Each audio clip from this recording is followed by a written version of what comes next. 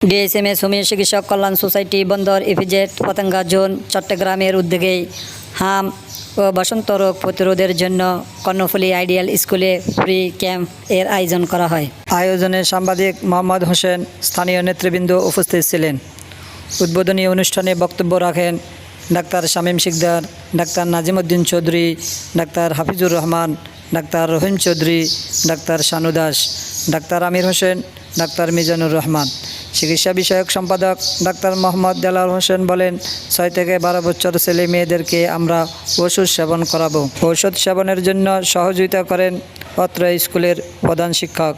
রোগ নিরাময়ের চেয়ে রোগ প্রতিরোধ উত্তম, এই স্লোগানে তারা ছোট ছোট ছেলে মেয়েদেরকে হাম বসন্ত রোগ প্রতিরোধের উদ্যোগ নিয়েছেন।